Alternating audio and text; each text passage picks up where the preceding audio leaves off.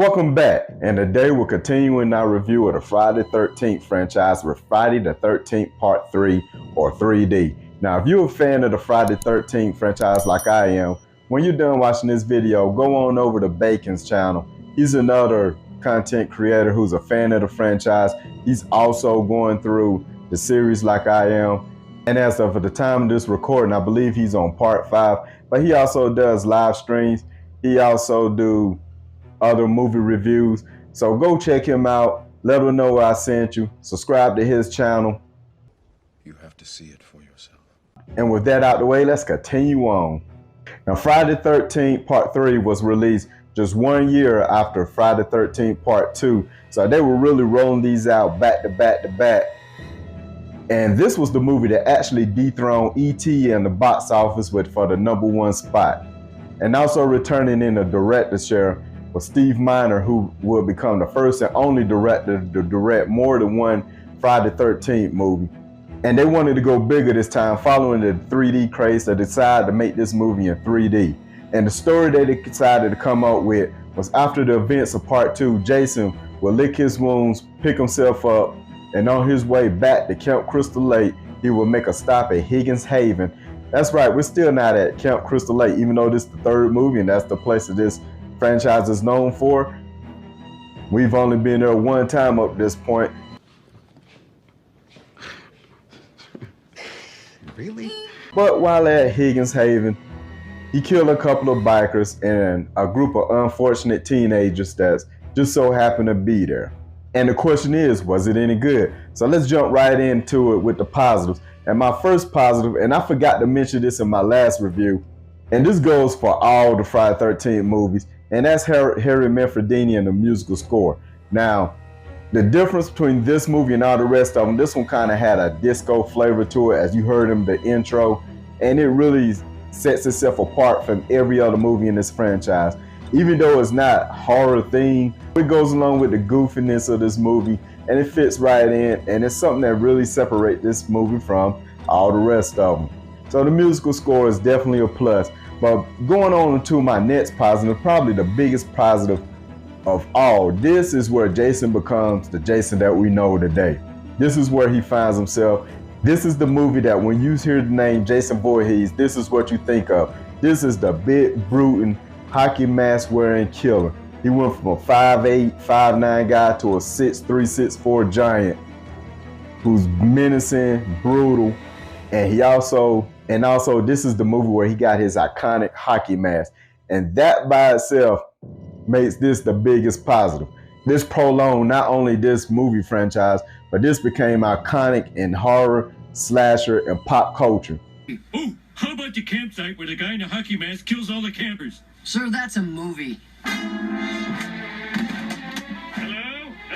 this is Thomas Simpson, 742 Evergreen Terrace, looking for a place for my kids and me, and my pretty wife. You know, alarm code 3679, 367. So Jason is in full effect in this movie, which leads into my next positive. The actor that portrayed Jason himself, Richard Brooker. Now, I never hear anybody say this is their favorite Jason Voorhees. You always hear Kane Hodder as being a favorite. Sometimes you'll hear someone say Derek Mears. But regardless if you like this portrayal or not, this is what every Jason from here on out would take a piece of what Richard Brooker did. He's the prototype. He's the definition of Jason Voorhees. So, and I really enjoy his performance. This is the only time we get a Jason Voorhees who's not only just out to kill his victims. He liked to play a little cat and mouse game, like the scene where he lifts his mask up, almost taunting the final girl.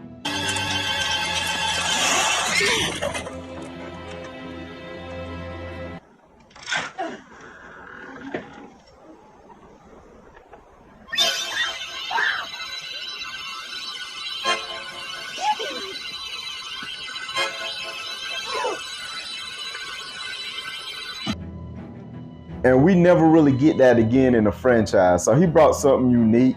He's one of my favorite portrayals of Jason, and he was definitely a positive. And moving right along, I do like the final girl, Chris, in this movie, portrayed by Dana Kimmel. Now, while Chris Higgins isn't necessarily the best final girl, she's by far not the worst.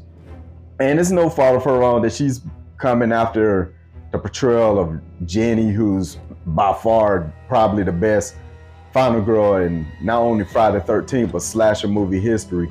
But even though she's not as well developed as Jenny, once things really go south and Jason's after her, she fights back. It's admirable what she does. And that third act, she, along with Richard Brooker, really made that the standout part of this movie. And my last and final positive, even though the MPAA was after Friday the 13th by this time, and really they was after him after the first movie, so they really had to cut back on the kills. But the kills in this movie, while there's only one or two that really stands out, they're pretty decent. It's not to the level of part 4 or 2, but it's still pretty good. And after all, that's what we come to these types of movies for, to see the kills.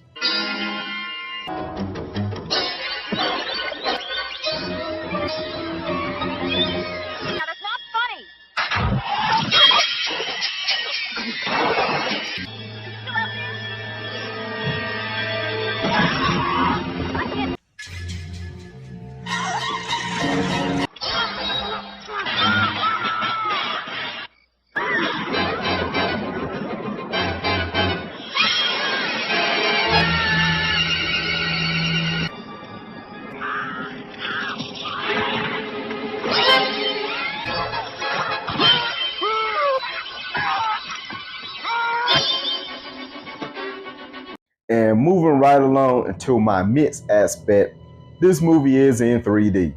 And the reason why this is mixed, because unfortunately, while if you do have the capabilities to watch this in 3D, which I forgot to mention again in my part 2 review, I am reviewing all these movies from the Scream Factory box set. And that box set is the only way that you can really watch Friday the 13th 3D the way it was intended. I know there's other 3D copies out there, but you have to watch it with those annoying red and green glasses. They'll give you a headache. But as far as I know, the Scream Factory is the only one that has a 4K scan and is true 3D. So if you're able to watch it in 3D, it's a totally different experience. It adds to a lot, but for 99% of people, they're watching it in 2D, and by it being in 3D and they were really putting the emphasis on the 3D shots, there's a lot of things coming at your face unnecessarily, really, like throwing a wallet into the screen, a bat pointing at the screen, sticks at the screen. When they're doing a juggling thing, there's a lot of 3D effects, and if you're watching it in 2D, it does become annoying. Another mixed aspect, and even though I mentioned the final girl, the characters in this movie is either hit or miss. While there are good characters in this movie, like in my opinion, Shelley, and I do not know why he get a lot of hate, he's actually one of the better actors in this movie. There are characters that feel out of place. Mainly the stoner couple who's with this teenage group. They're supposed to be teenagers, but they look like they're 40. And also gave us some of the worst acting scenes in the whole franchise.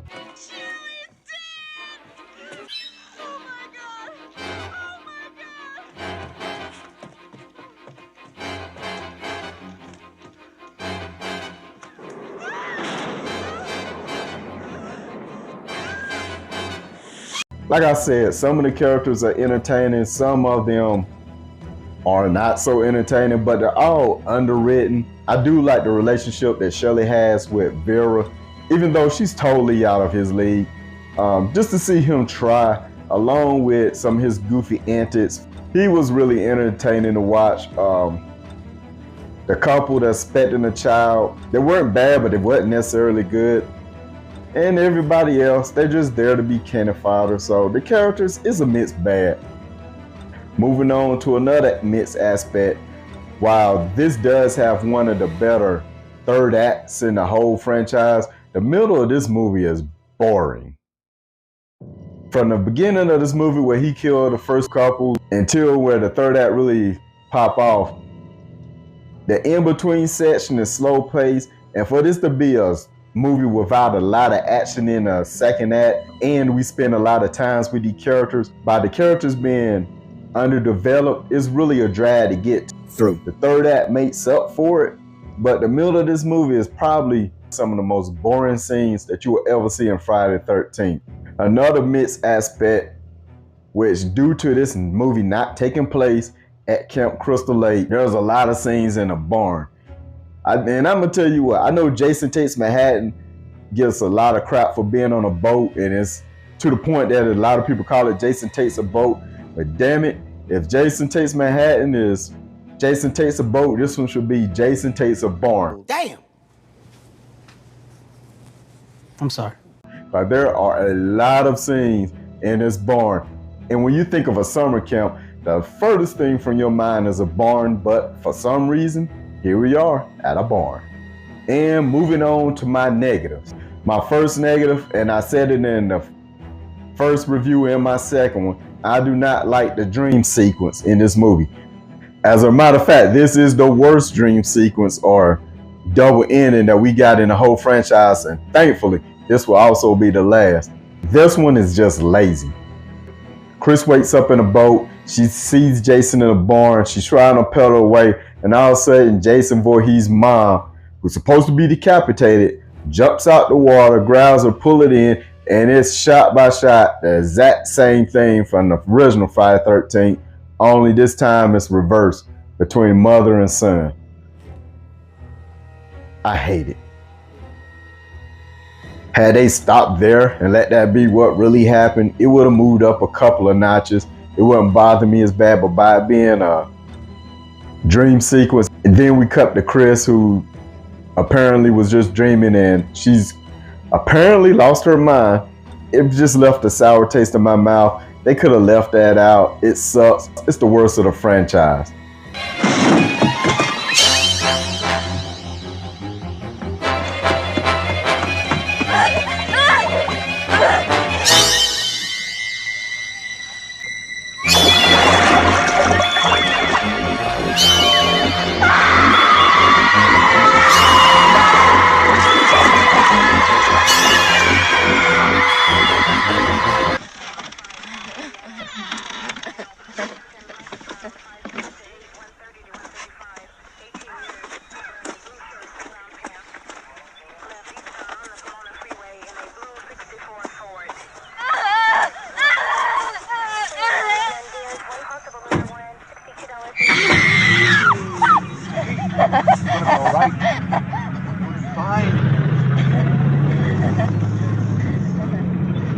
Another negative of this movie, unfortunately, despite the fact that you have the same returning director from part 2, this is the movie where continuity goes to hell. First off, Jason looks completely different. Matter of fact, it's confusing because at the very beginning we get Jason in the overalls, and then I guess it's explained that when he goes kill the couple that owns the convenience store / house, he get the clothes from the guy that stays there. But the fact that he go from 5'9" to 6'3", which is an improvement, and he goes from the hillbilly look to more of a grown-up, Hills Have Eyes version of the kid Jason. It just starts a trend where Jason never looks the same in any movie. And another thing with the continuity, where is Higgins Haven between Camp Crystal Lake and Packing-At Lounge? In part 2, it was saying Packing-At Lounge is right beside Camp Crystal Lake. And for some reason, on his way back to Camp Crystal Lake, which is supposed to be across the lake, he makes this detour to Higgins Haven, which makes no sense to cut. And once again, continuity is thrown out the window. And another negative, which I wasn't going to mention, but I will. For this to be a bit 6'3", 6'4", 300 hulking giant, a lot of people in this movie mistaking him for someone else. The names of the 8 victims are being withheld until notification of next of kin.